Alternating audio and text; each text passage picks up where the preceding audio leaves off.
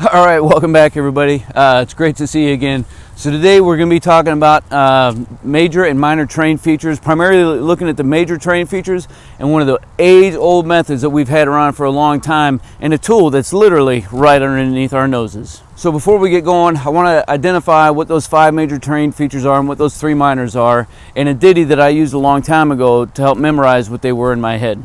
And the ditty was Hidden Valley Saddle Ranch Dressing. Hidden Valley Saddle Ranch Dressing. I like ranch dressing, I like mountains, I like valleys, so it kind of worked out for me. So those 5 major terrain features are hills, valleys, saddles, ridges, and depressions. Those are your 5 major terrain features. And of course our 3 minor terrain features are draws, cliffs, and spurs. And so there are 5 characteristics that we need to take into consideration, and really truthfully a few more, but 5 major ones that we need to take into consideration, including the size, the shape, the slope, the orientation, and the elevation change.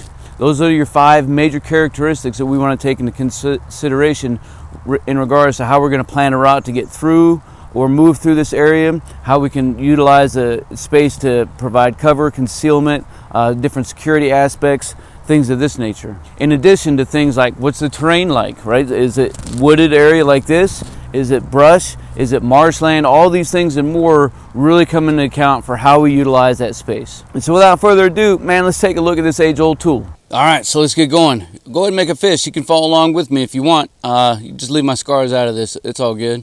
So the first one that we're going to consider is a hill. The first major terrain feature being a hill. Now each individual knuckle is a hill, right? So that's hilltop 1, hilltop 2, 3, and 4. So each individual knuckle is a hill, right? You can kind of imagine that.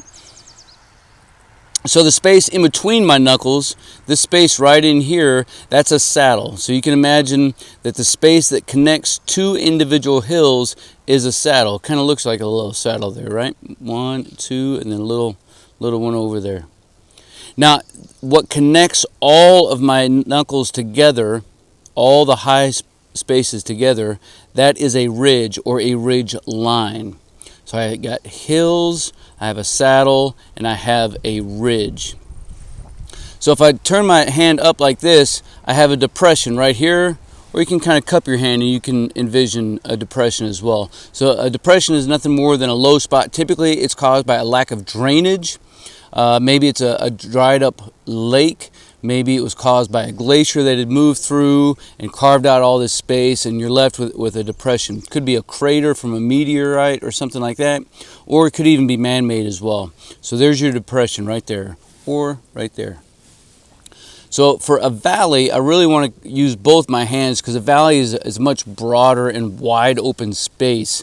And so if I kind of imagine, I got a couple larger terrain features here, right? I got some ridge line cutting over here and a ridge line cutting over here. And maybe there's a river or a large creek or something that's cutting through and it eroded all of this area out. And so that space in between are valleys. Not a major terrain feature, but I used to call them just fingers. Book-wise, textbooks-wise, it's not in the book.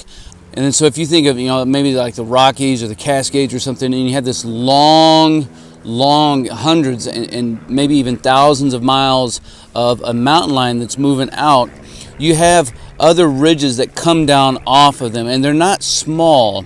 They're large masses of land that come out, and I would call those fingers back in the day, because I don't want to confuse those with a spur. So a spur, when I'm looking at my fist, this jutting off from the ridge line, we're typically going to call a spur, but spurs are normally smaller in nature. And in between, I have a draw. Right in between my fingers here, I have draws. And so draws are formed by that runoff.